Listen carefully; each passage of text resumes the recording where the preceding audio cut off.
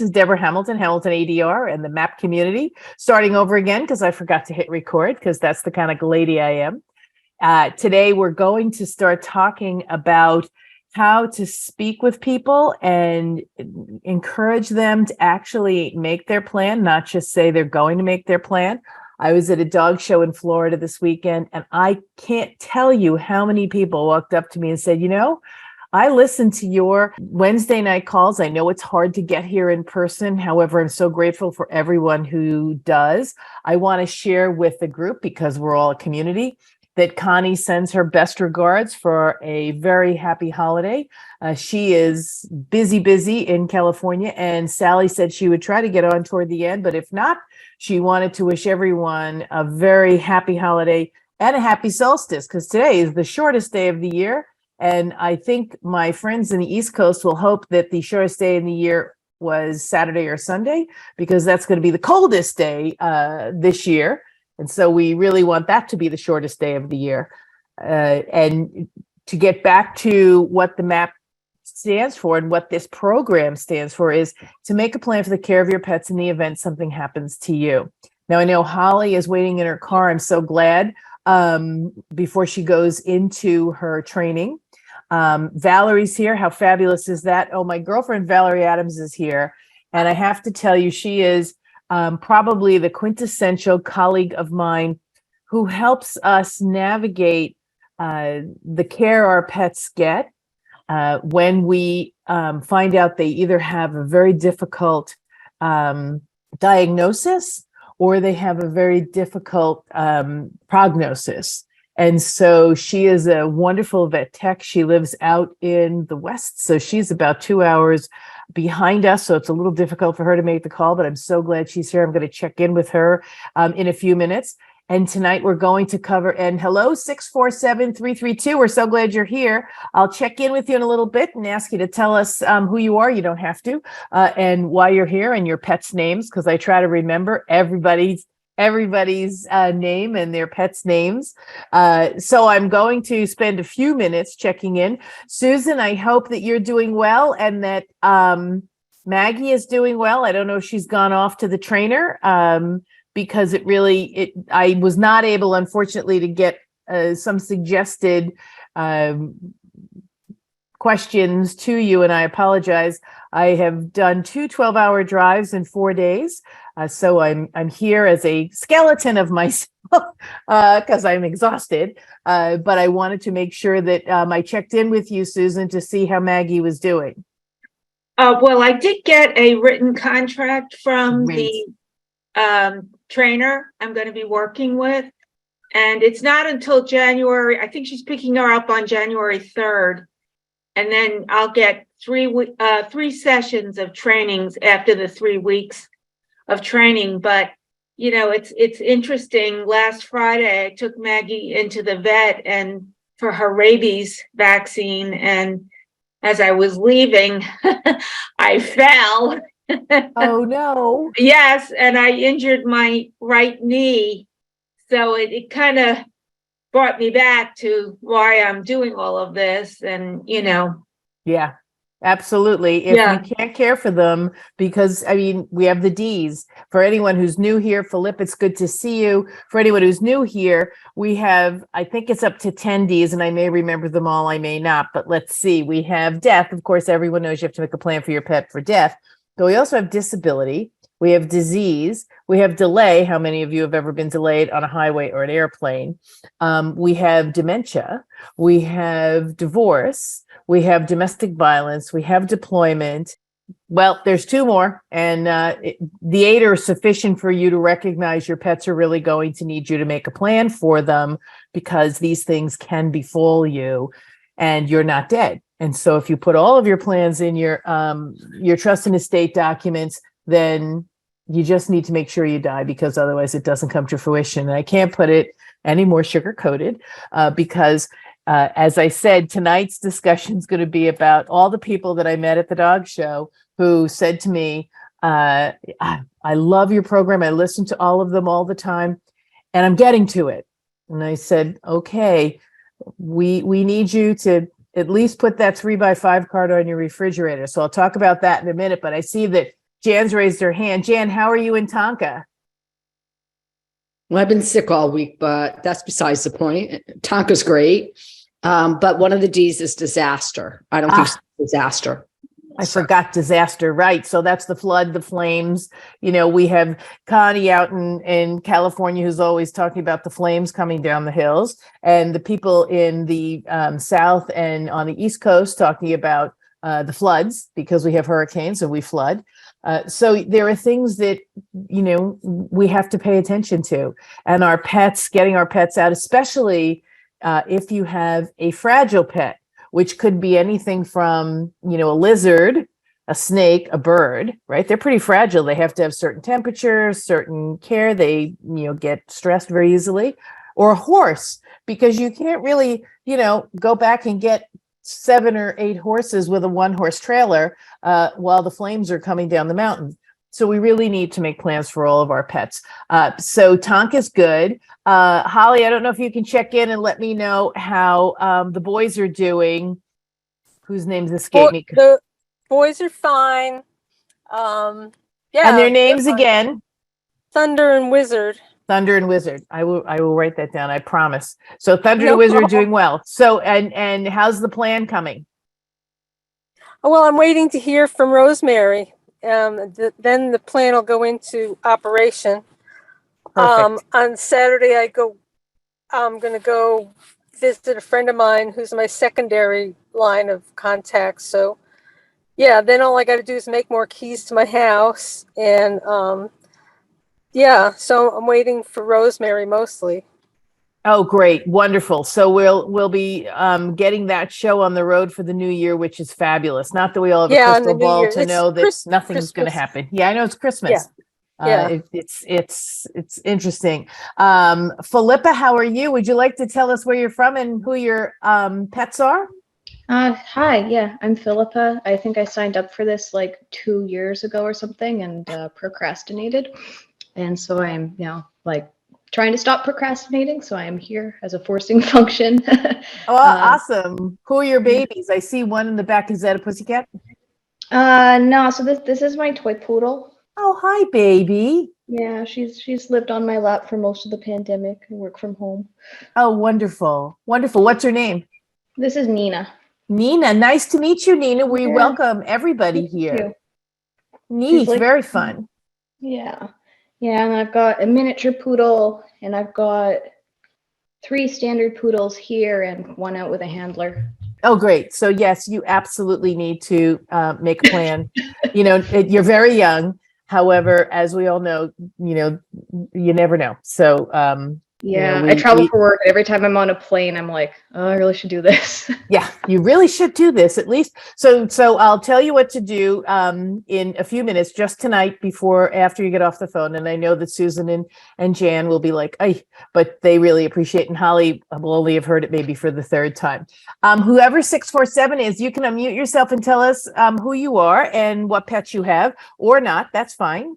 Okay. No worries. We love you and we're so glad you're here. Valarie, it is so good to see you. Please unmute yourself and tell the group who you are and why you're so important to me, and everything you do is so important to the MAAP plan, where people are making plans for the care of their pet. Well, I am the deaf and dying queen.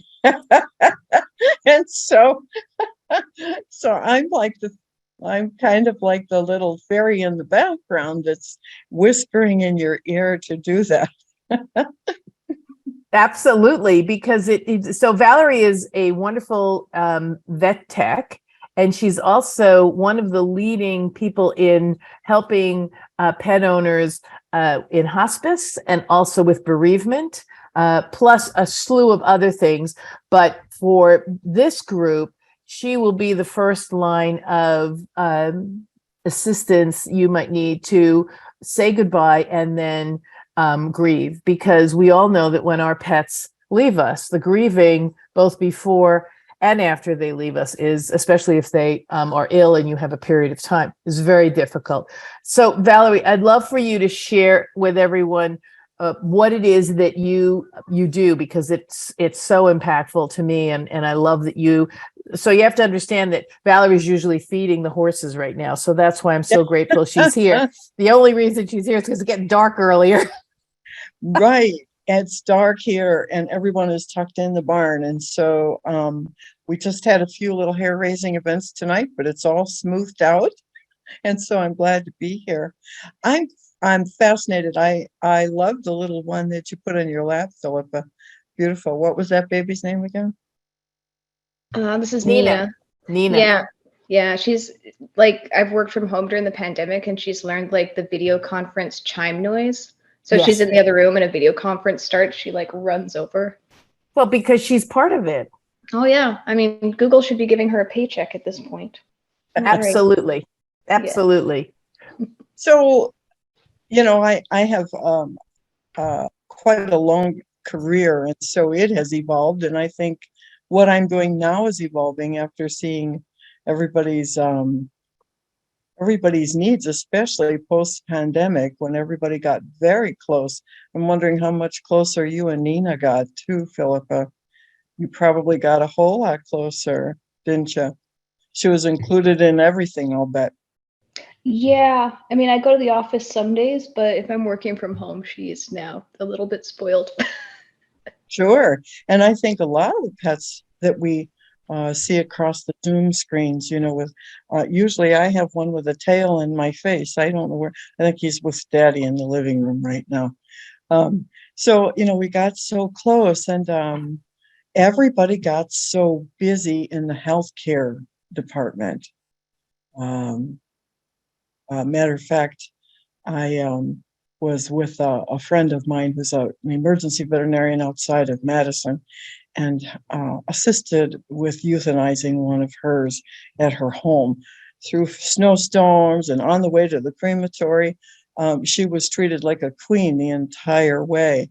And they're so busy that they've had to close down one of their branches because they do not have the personnel. So it was just another indication to me about how we have such great needs that aren't always being met, and the need to have conversation. And I think what Deb does here goes even deeper than your planning, your sharing, your sense of community. And I think if we probably had a little more of that, some of us wouldn't quite feel so alone. And of course, we're post-pandemic. I think I'm the only one that actually benefited from it. I have to say that. I think it really, I think there's got to be someone else out there like me who actually benefited from the quiet. So I think what we need right now is some contemplative conversations. Healthcare is huge right now. End of life gets to be just the most impactful part of your life sometimes. So doctors and nurses at healthcare facilities don't always have the time to give to us, and they would like to. I think that's an important thing to remember too. They would like to. And because they don't have the time, they suffer too. Yeah. So that's what I'm doing. I'm having some contemplative conversations to kind of take the steam off of things. It's like we're like pressure cookers. Yeah. And I'm so glad you shared that, because that's what I tried to do during the dog shows when people would come up to me, and it's sort of like I invoked guilt, because when they saw me, they go, oh no, she's the woman who talks all the time about making a plan for my pet, and I still haven't done it yet. And I try to, like you said, let some of the steam off and, give them a few of the ideas. So here's the idea for 647 and for Philippa tonight. What you want to do is you want to make a 3x5 card, and you want to put one in your car and one somewhere very conspicuous in your home, so that if God forbid anything happens to you, all the dogs stay in the house. So this is the key thing that people don't understand. You don't want your dogs taken to animal care and control unless they absolutely have to, because there's no one there to care for your pet.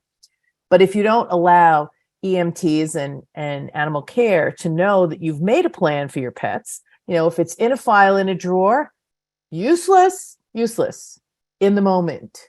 Might not be useless long term, but it's useless in the moment.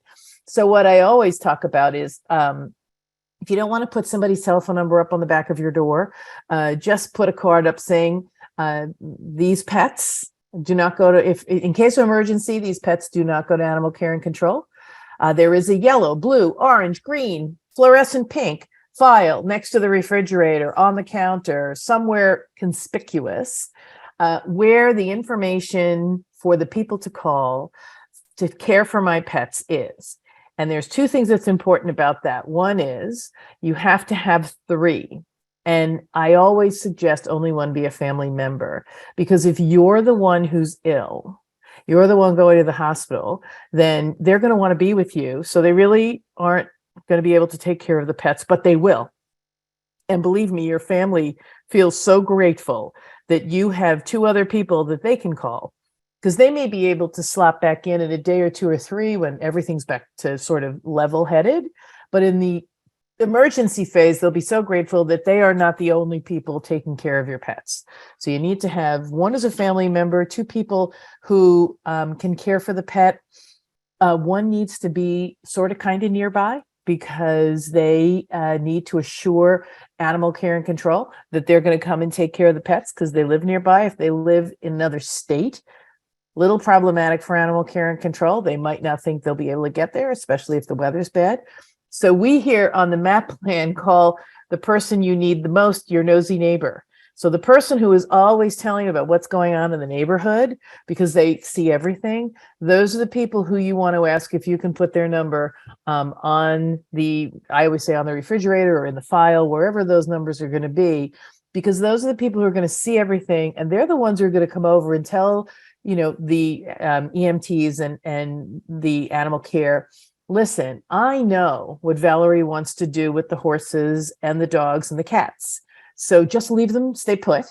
I have this piece of paper here, which you will have given the nosy neighbor, which contains the 3 numbers, including hers, maybe 4 numbers, including hers, where she will be able to call the people who are going to come and care for your pets. Now, nosy neighbor may not want to care for your pets, not going to go out and do the horses, not going to go out and do the goats. However, she will be the person who will ground animal care and control and say, listen, I know that these people are going to be able to come. And if all she needs to do is turn the lights on and off for the animals for 24 hours, make sure they have water, you've got to leave directions. So she may be able to or he may be able to give them water, turn the lights on and off, close the gates, whatever. These are important things to share with them, but they're not going to take the animal for a walk, so to speak. I always, when people watch my pets, I never let them take my dog for a walk because I'm always afraid he's going to see a rabbit, take off, take them with him and be gone. So I like to keep them, in a penned-in area so that they're safe.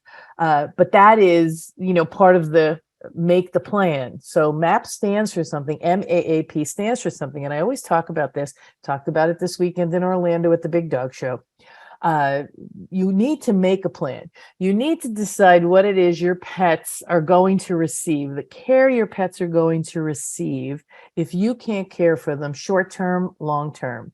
So if you break something short term, it's going to be 8 weeks. Maybe it's only going to be 6 weeks because if you're like me, you're walking around with crutches, you get the balance going, you're okay going down a flight of stairs and taking care of 9 dogs in the basement with a broken ankle. Maybe not. I mean, that was what happened to me, which is why I made this program. If you are going through chemotherapy, if you have long-term COVID, if you have short-term COVID, you're going to need help. And what you need to do is you need to make a plan now that you're feeling well before all of this hits on what would happen if something like that happened to me. So that's make the plan. Then you have to appoint the caregivers.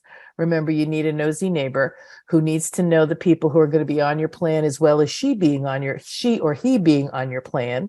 I don't know why I think the nosy neighbor has to be a woman. I've had many men who were the ones who were telling me what was going on in the neighborhood, so I apologize. But you need to have the nosy neighbor, and you need to make sure that the people who you're appointing as caregivers know it. Sally's not here tonight. She might get on later. However, she told us that she walked into her neighbor's house. She was letting her neighbor's dog in and out. And on the refrigerator was a big sign that said, in case of an emergency, call Sally. And she said, they never even talked to me about whether or not I'd be the person who they would have be the emergency person. And she said, I couldn't take the dog. I could leave the dog there and maybe care for it. She said, but I could never take the dog because her girls are not necessarily welcoming. So she couldn't take them. So make sure if you have people who you are appointing as your caregivers, you need to let them know that you're appointing them, and you need to let them know who they are. So if Jan is appointing me and Valarie and Philippa as caregivers, right?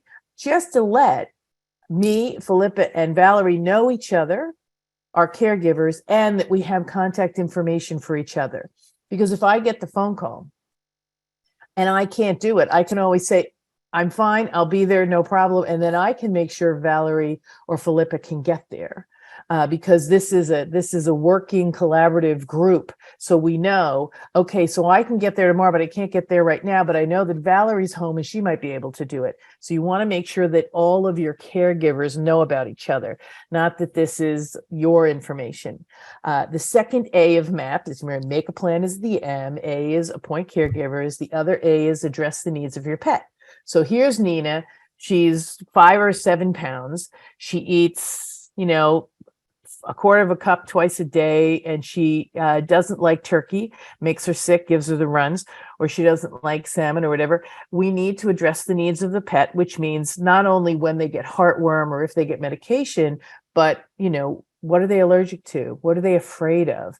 Do they get along with other dogs? Don't they get along with other dogs? These are all pieces of information that whoever is coming to care for your pets needs to know. I remember when the president of the Irish Setter Club of America, former president, passed away suddenly, everyone was worried because someone let the dogs out in the runs in the backyard and they knew one of them was a fence jumper.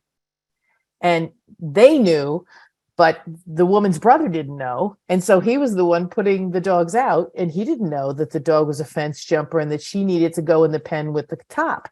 So these are things you really need to let people know about all your dogs, and you need to update it at least once a year because, okay, so now they're on some sort of special food for skin, or they're on some sort of special medication to calm them down in certain situations.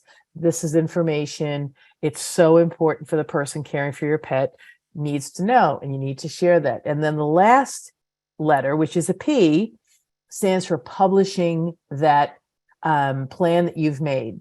So that includes sharing it with the caregivers, the appointed caregivers, share it with them, but also you need to share it with your veterinarian, and you need to share it with your attorney, because your attorney will know and be able to tell people who might want to question your plan that he was there when you made it.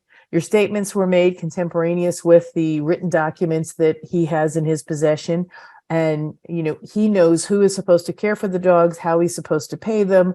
And all of the information was done with him. And of course, most people don't know this, but it is really, really important to let your veterinarian know, because there's something called a veterinary client-patient relationship. It's called a VCPR. And unless you have Valerie's name, Deborah's name, Jan's name, and Holly's name on the vet's file, that in the event of an emergency with you, Philippa, all of these people can bring, but you need to let your vet know who your caregivers are, because if they're going to bring your pet to the vet, you're going to need to make sure that they have a document that says, I give Valarie permission, I give Jan permission, I give Deborah permission to bring Nina to the vet, and I will pay for it, because vets need to know that they're caring for a pet with the permission of the owner. And if your caregiver is bringing it to their own vet, they really are going to want to know that the person who owns this dog has given Deborah the ability to care for the pet. It's, this is all information that's really important. And when I go to the dog shows, it's interesting. And Philippa, you can chime in here anytime you want. People have 7 to 10 dogs in a truck going to a dog show. And we've all heard of flat tires. We've all heard of, accidents that happen. And those dogs go to animal care and control.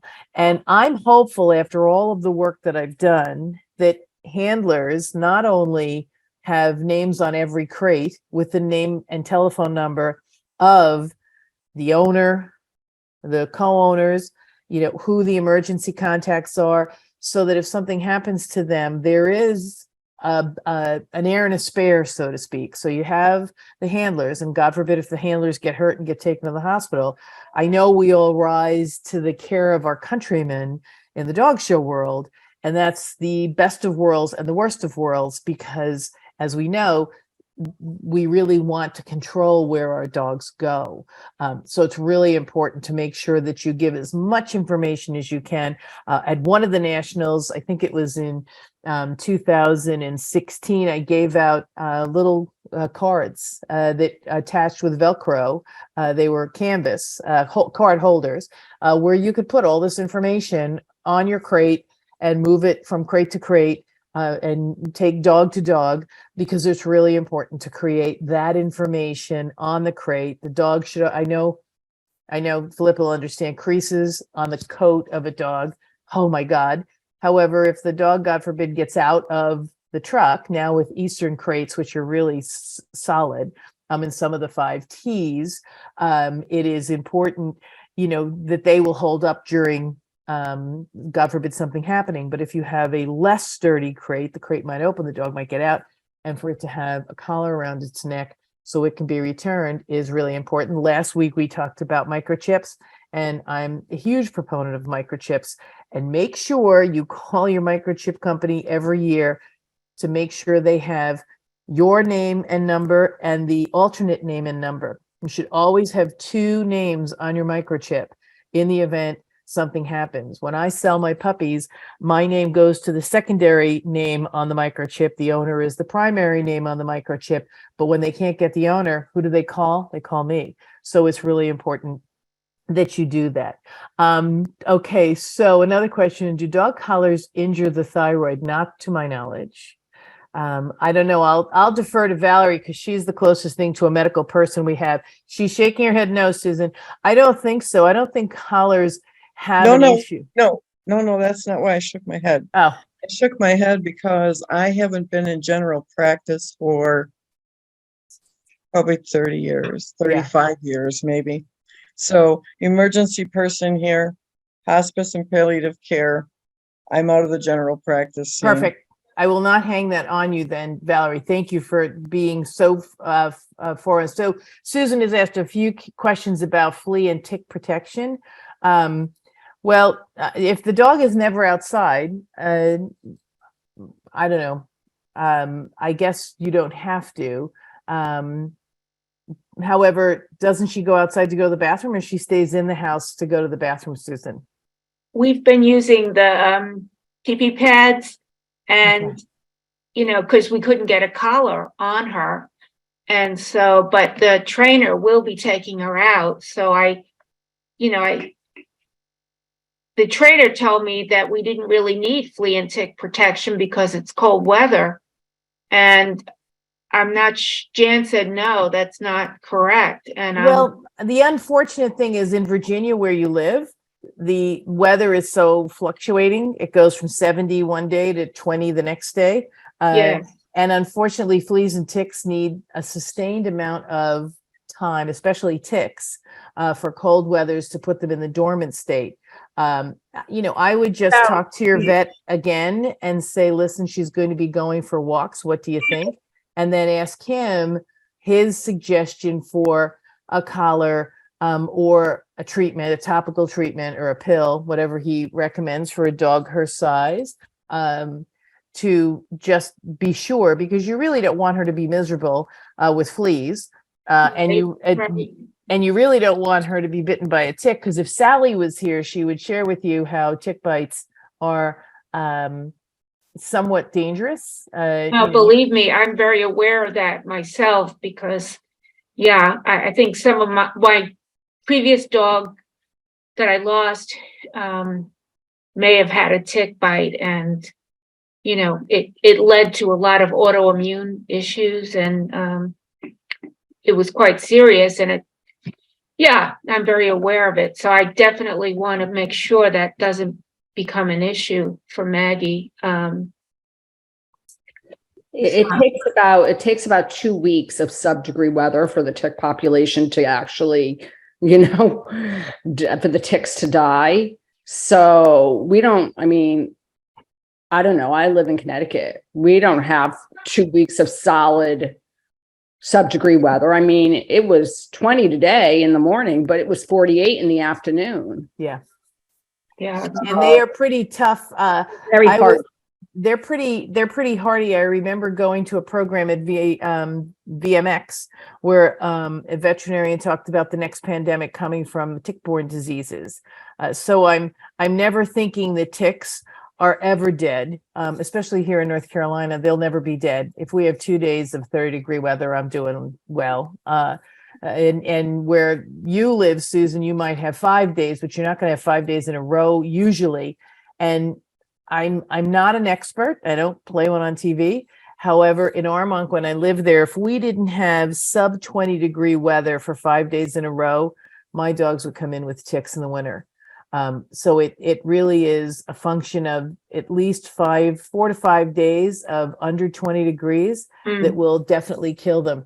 And the sad thing is, if we don't get that all winter, then they never hibernate, and the next year they come back sort of in a mega force. So you really have to make sure you either test them, and I would test Maggie before you give her any medication to make sure she's okay, and then talk to your vet about collars or oral or topical, because there's so many different kinds of flea and tick. And you do give her heartworm though, right? Oh yeah. No, I follow what the vets tell me, but I try to avoid anything that's not necessary, or I think it's not necessary. Right. Well, if you were at the other conference presentation, I was at a VMX where the vet told me that a vet told the audience, not me, I was the moderator, that when you come in from outside and you have an indoor cat, you're bringing germs in with you.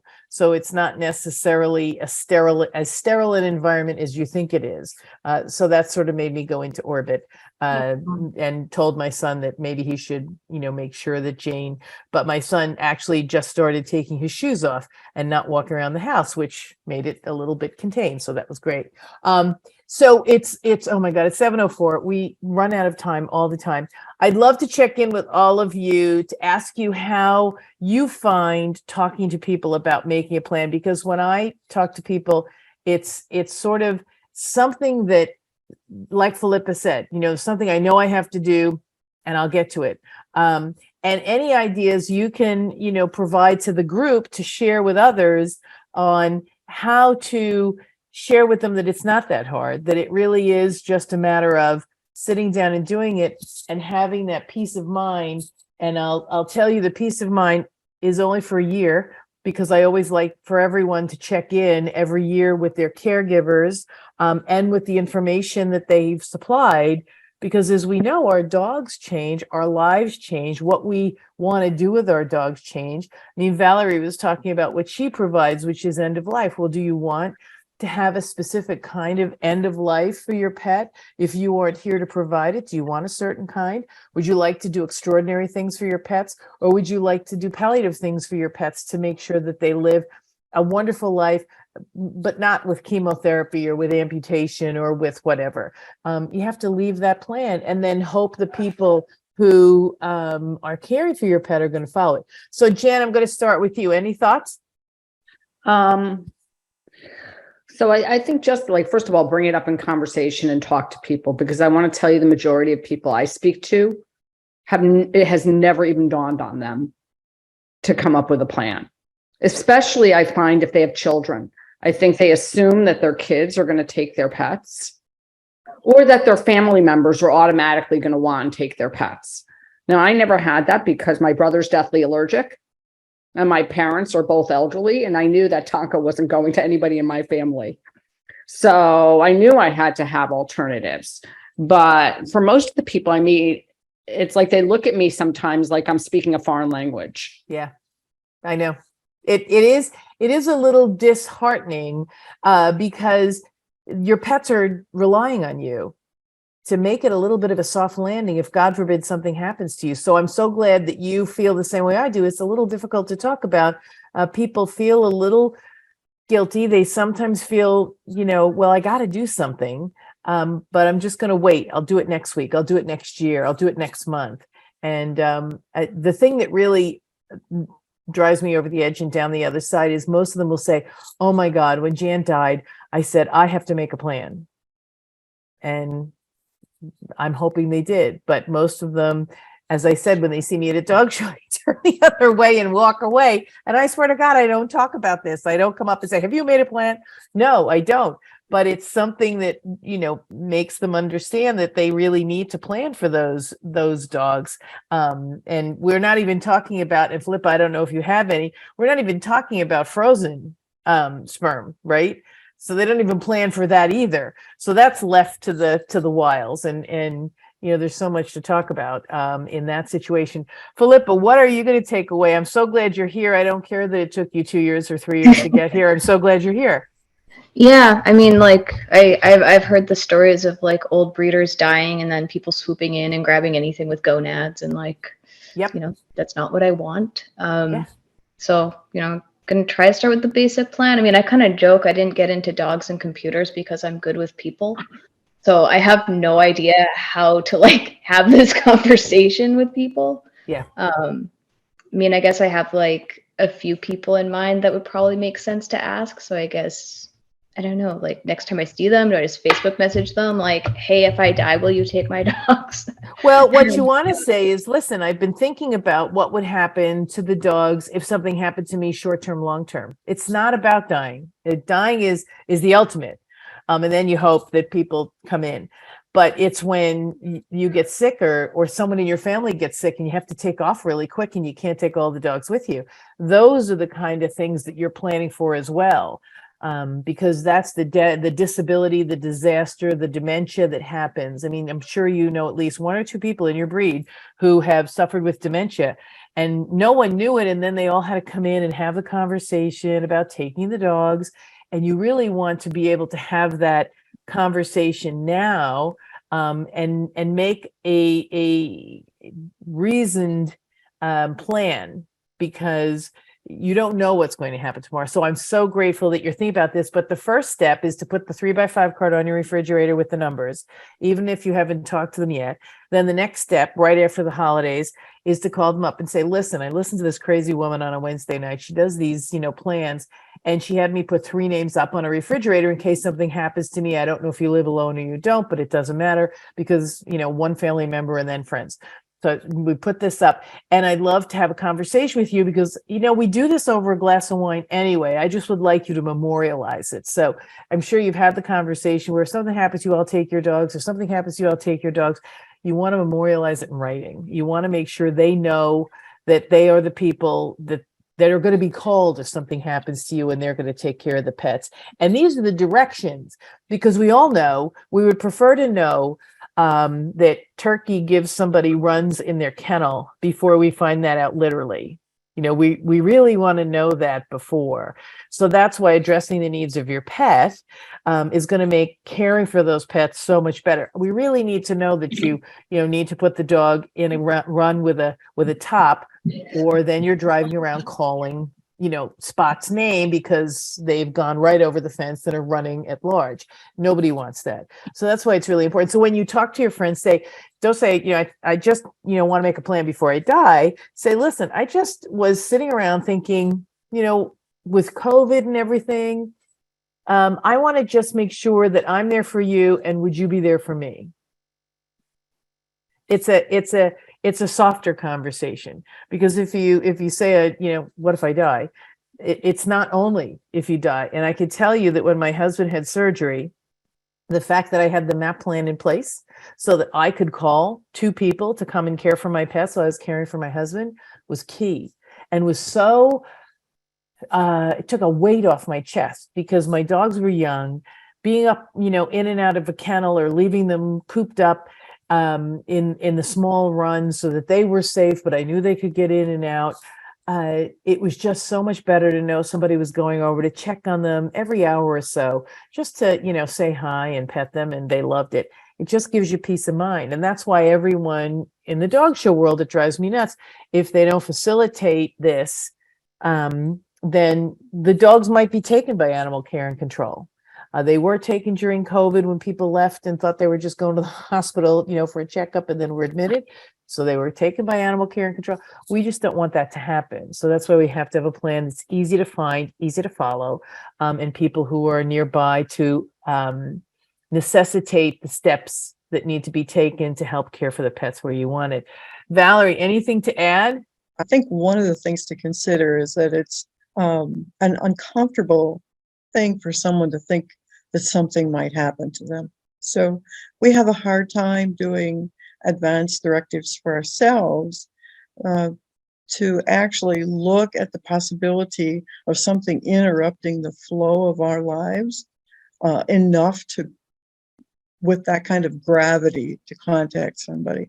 It's just such an uncomfortable conversation.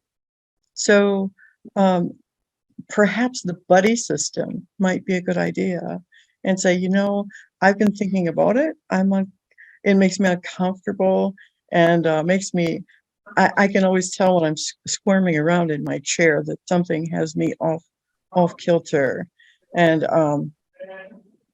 then once I peel it away, it's like, oh, well, there it is. So sometimes having someone with you that says, I'd like to do this for myself.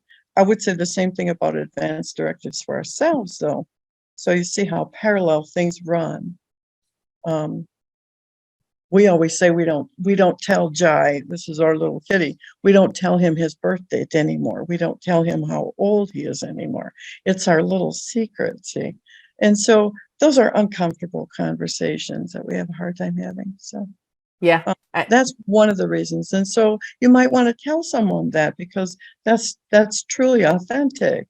I'm feeling uncomfortable about doing this, and I wonder if we could have coffee and maybe do it together. So maybe some community there. That is such a I don't great. like asking people for stuff. That's where I get stuck, is I don't like asking people for things, and then people are also unreliable. Of course. And so this way, if it's less pressure, do you have some outside friends? Because if your social life is pretty small, that could be a challenge, right? So that's there you go. You see, we've planted something for you to contemplate. Yep. And that's all we can do, because what, it is a hard conversation to have, difficult conversation to have. And our pets are counting on us to have that conversation, but we have to have it in the spirit that we can have it. As Valarie said, it's okay to be vulnerable. It's okay to be authentic and truthful and say, this is a really hard conversation, but I'd love to have it with you so that maybe together we can figure out what's going to happen if something happens to us. So we know you've got my dogs, I've got your dogs, and whatever we decide, because we all know at the dog show that we've seen this happen. We've seen things occur, and people, God bless the breed people who come in and take the dogs and disperse them. However, if you want your dogs back, that sometimes gets to be problematic. And so that's why making sure that you speak to someone who is really in the same boat. We're all in the same boat. We all have a pet. We all have a pet, a cat, a dog, whatever we have. And if something happened to us, we'd like it to be really well cared for. And if we survive whatever it is that happens to us, short-term, long-term, we'd probably like to have it back. Or we'd like to have it while we're recovering too. And most of the time, most of our pets understand when we are recovering. So they are gentle as heck when we're recovering, because they get that energy, they understand. So I think Valarie is spot on, admit, because when we do the workshops, I admit to everyone that putting this together as a program in 2013, 2014 was hard, because, wow, I was not prepared. And how could I not be prepared? And what was I thinking? And likely I am not the only person on earth who's not prepared. And that's how I started it. You know, I'm not dead yet. And what happens to your pets if you can't care for them, but you're not dead yet?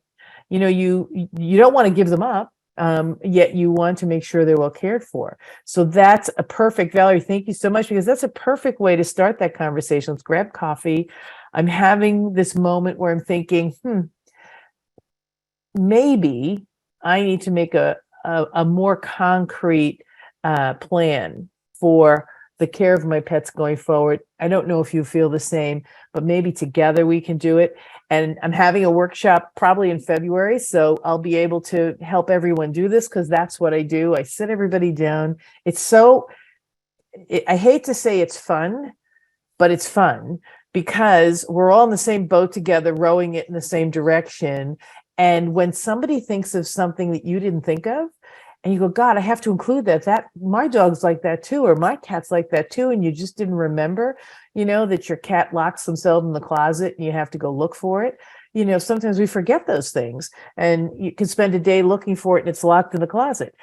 So these are the things that working together with people make so much easier.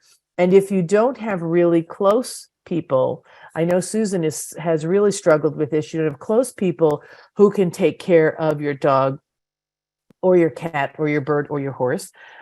Sometimes you have to go to the vet techs in your life. You have to go to the dog caregivers. If you go on vacation, somebody has to watch the dog. If you never go on vacation, well, then if you talk to people who walk dogs, if you go to the dog park, you know, there are people there whose dogs get along with your dogs, then, you know, those are the people that you sit down, start this conversation with and say, listen, love to get a cup of coffee. I'm having a little bit of a moment. And, you know, I don't know if you've ever thought of this as well, and maybe we can navigate this together.